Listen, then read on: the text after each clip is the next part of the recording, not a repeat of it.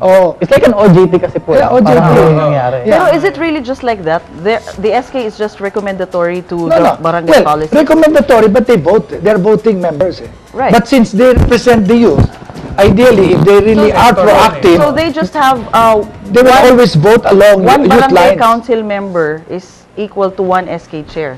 That, yeah, Yep, there's an SK position. What yes. happens to the SK council?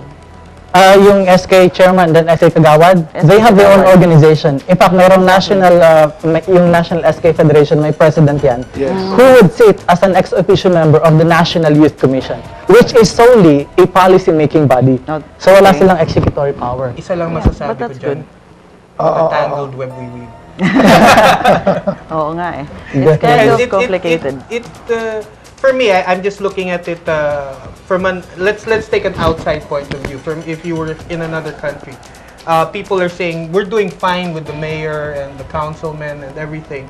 Why does the Philippines have to have a barangay system? No, the other countries are actually, they are tempted to follow our model. Okay. Because this is the only country in the world who will have a sitting official as young as 17 Yes. or 18. Yes. So we are some sort of becoming a model. However, yung execution nung mismong power na nagbibigay sa atin ng situation kung saan mag-elect tayo ng ganito kababatang tao is hindi maganda. But the idea of having a council member, right. It's good though. It's like magandang model ito. Oh, okay. Yeah, So- but so the para thing sa is, the kanila. thing with our model is the SK is being subsidized by national government. There could be models where the SK can actually be a private initiative, right?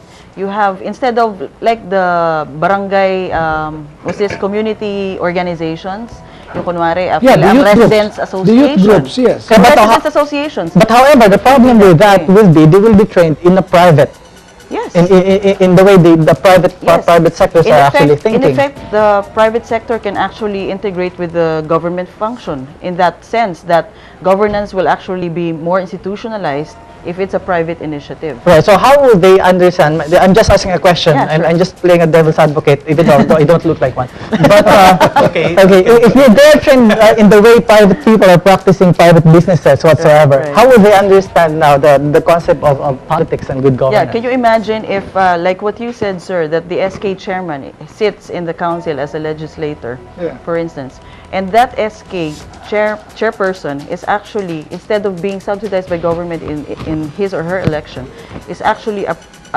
head of a group, of a youth group, for instance, that's very active in that community, and they're being elected by the youth there in a forum, right?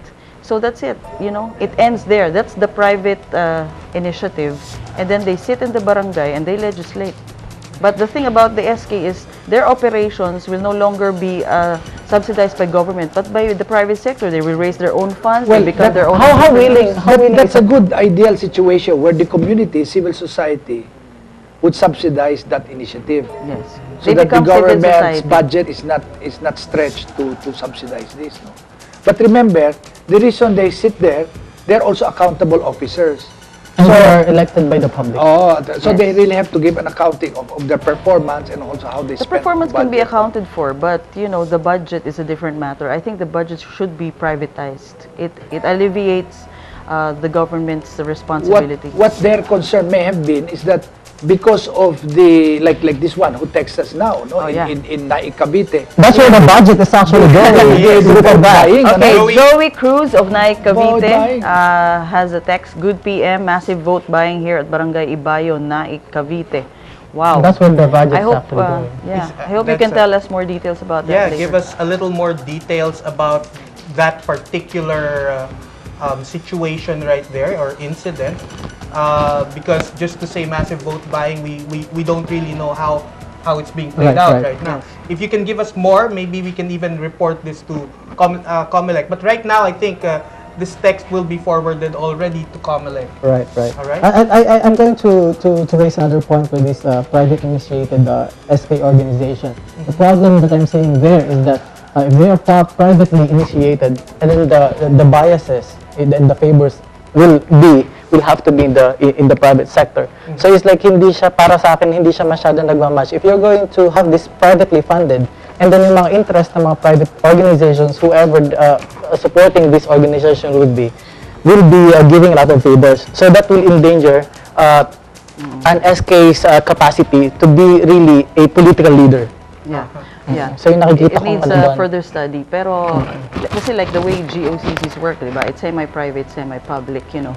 There are a lot of dynamics that we can actually study to make it work. We have to study how to alleviate the budget burdens in the government and all that. Yeah, I should agree with that. We should all agree with that. Kaya maraming pag-aaral lang kailangan kasing pag-aralan eh. Because this is like you are creating your own republic eh. Yeah. You're creating your own Republic of the Philippines, however, younger version. Right. Right? And the way we are going to train them and the way we're going to look at it will definitely vary, no? Iba't ibang senador, iba't iba rin naman ang interest nila. Because, you know, think about it. One time in a particular province, ganito ka-powerful yung mga SK officials because they have the voting power kasi sa provincial board eh. If you are SK Federation ng isang province and then you act as a provincial board, now it's one vote. So, may governor akong kilala na hindi ko nababanggitin yung pangalan, pero wala siya sa atin. Wala siya sa atin. And we were trying to like, okay, meron akong regalo sa inyo. Okay? Isang laptop o isang baril. Oh. Yeah, it's Yun ang actually, choice. Yun ang choice niya. Bibigyan kita ng regalo, isang baril saka isang laptop. Okay? Now, the way this SK chairman is raised, okay? But the environment, o kung paano siya in-upbuild ng kanyang family, o kung paano siya na-influensyahan ng kanyang barkada kung nag-aaral siya sa isang private institution, and then that will make the choice. So, some of them I know chose a gun as against laptop. So this is how we are teaching corruption at this very level. Yes. I think, Lloyd, we have a texter. Oh yeah, of course. Ma'am, sir, sino sa atin yung mga yan? May candidate po. Since ako yun, so it should be sir. May candidate po dito sa aming presinto na akyat baba sa loob ng presinto. Baka nasa taas yung CR. Barangay 452, Zone 45. Hindi po babawal yun. Attorney, nag-aakyat baba lang. The implication of that text is that the candidate is inside the precinct. Normally, are supposed to stay only in the precinct to vote. Okay.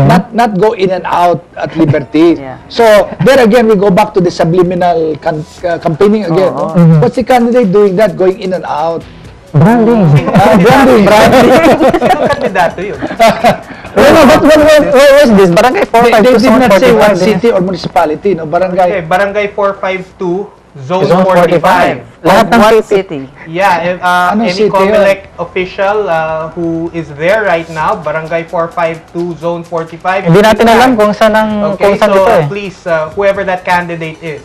And then if you have cameras and you can take pictures, take the picture. Yes, and, please. and execute an affidavit right away so that can be investigated by the COMELEC. Exactly. So, In fact, I want to ask the COMELEC. You remember during the general elections of 2010, there were X number of persons arrested for possession of firearms in violation of the gun ban. How many of them were actually prosecuted and what are the status of those cases?